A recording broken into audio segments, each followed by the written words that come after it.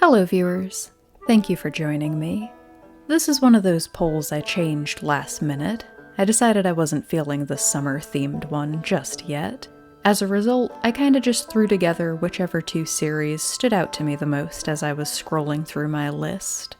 With that in mind, it's not much of a surprise what we ended up with, because even at a glance, Keep Your Hands Off Eizouken just feels different from everything else I've seen. Our story opens with a young girl named Midori Asakusa moving to Shibahama, this winding, multi-level city set right on the water. This is one of those shows where the setting is practically its own character, influencing everything our main characters do, and I love to see it because Shibahama is definitely one of the coolest locations I've ever encountered in anime. Asakusa immediately falls in love with it too. She may be almost painfully shy and withdrawn, but she's got a wild imagination and has always loved to draw. As she gets older, this turns into a love for animation, but her social shortcomings hold her back from joining her school's current anime club. She has made one friend by the time she gets to high school. Sayaka Kanamori is straightforward to the point of being harsh and has an eye for business. She can spin just about any hobby into a way to make money.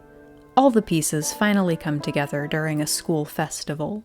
These two have a chance encounter with Tsubame Mizusaki. Mizusaki is a student here too, but she's also a professional model, a local celebrity.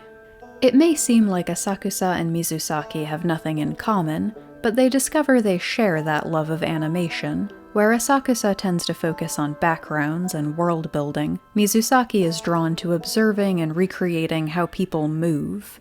She had a line I really liked about how animation is actually a better medium for examining motion than any kind of live-action art form, because every single movement is something the creator purposefully drew and included. These two are incredibly talented artists and have the perfect duo dynamic of covering for each other's weaknesses. Kanamori instantly sees the money-making potential if they can get some of Asakusa's sketchbook ideas off the ground and turned into actual short films. The biggest hurdle early on is that Mizusaki's parents view anime as a distraction and have forbidden her from joining the school's anime club, so they get around this by starting a new club. Officially, they're the Motion Pictures Club. The school catches on pretty quickly that this is a front for making anime, but Kanamori has a way of intimidating even the teachers, and the current anime club is technically focused solely on research and appreciation, not production, so the girls are mostly left to their own devices. This series has been described as a love letter to animation, and there's really no better way that I can put it. This idea, a bunch of high school kids coming together to form a club to make anime, isn't totally unique. But I can't imagine another series that tackles the process with half as much detail as Eizouken does. These girls know their stuff.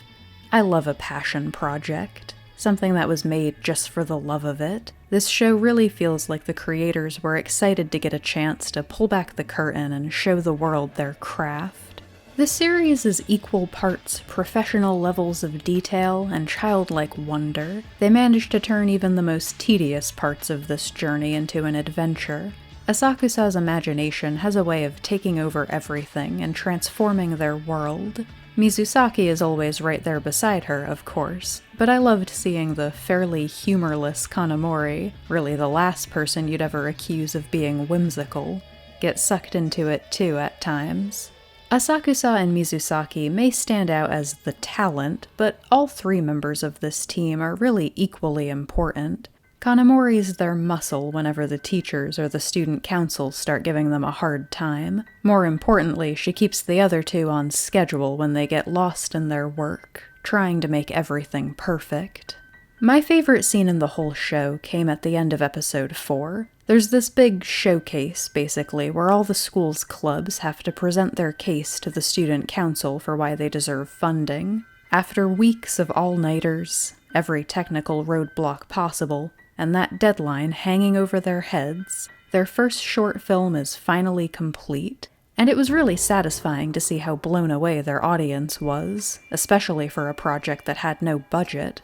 But my favorite part was how, at the end of it all, We pan over to the girls at their table, and they're not even paying attention to the audience reaction.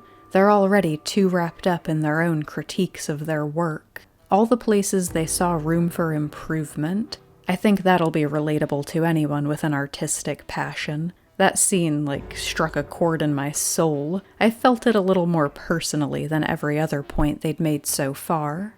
I love anime, so of course I have an interest in how it's made, but this show really made me step back and think about how I prefer to engage with media. And personally, the best shows to me are the ones where I get so sucked in, taking the time to analyze the special effects and whatnot would feel like a distraction.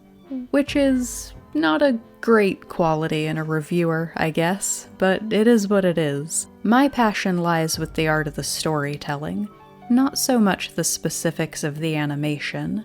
And I bring that up because, while some parts of the process, like never being fully satisfied with your work, feel universal, there were definitely scenes that felt like I didn't quite connect with them the way I was supposed to.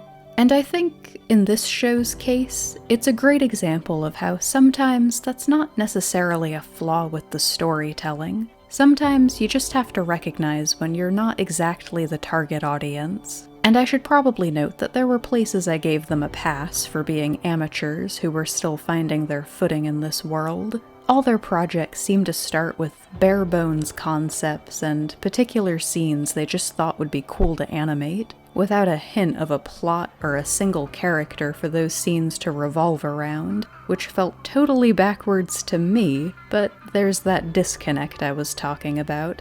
Different passions, etc. If this was set in a professional workplace, I would absolutely feel like there was a fourth member of this team missing or something. For a high school club setting, and in light of the amount of detail they managed to pack into 12 episodes, I can respect that the creators focused in on the elements that were most important to them personally. But that feels like too negative a note to end this on, because this series was really impressive overall. There was a shift I noticed, but didn't fully absorb until the very last episode that I want to shout out. As the show goes on, the animating process that the viewers see gets abbreviated a bit with each project the girls work on, but that gives the writers time to focus on other things, bringing in elements like background artists from the art club they can delegate to, and highlight the miscommunications that can happen when two artists have different visions for a scene, or one doesn't totally understand the medium. The girl they bring on to help them with their sound effects and musical scores is around so often it almost does feel like our main team has 4 members by the end. And we don't really see the team making and distributing the DVDs they're selling for their last film, but Kanamori makes sure we, and Asakusa and Mizusaki, never lose sight of how much is riding on getting their part of the job done on time. At the start of this journey, we're focused in entirely on how the animation is made. By the end, we've branched out to see almost all the moving pieces involved in making an anime, a miniature version of the whole industry.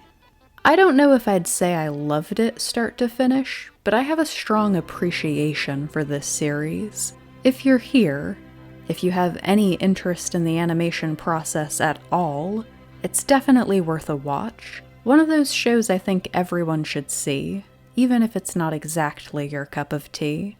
Thank you for watching.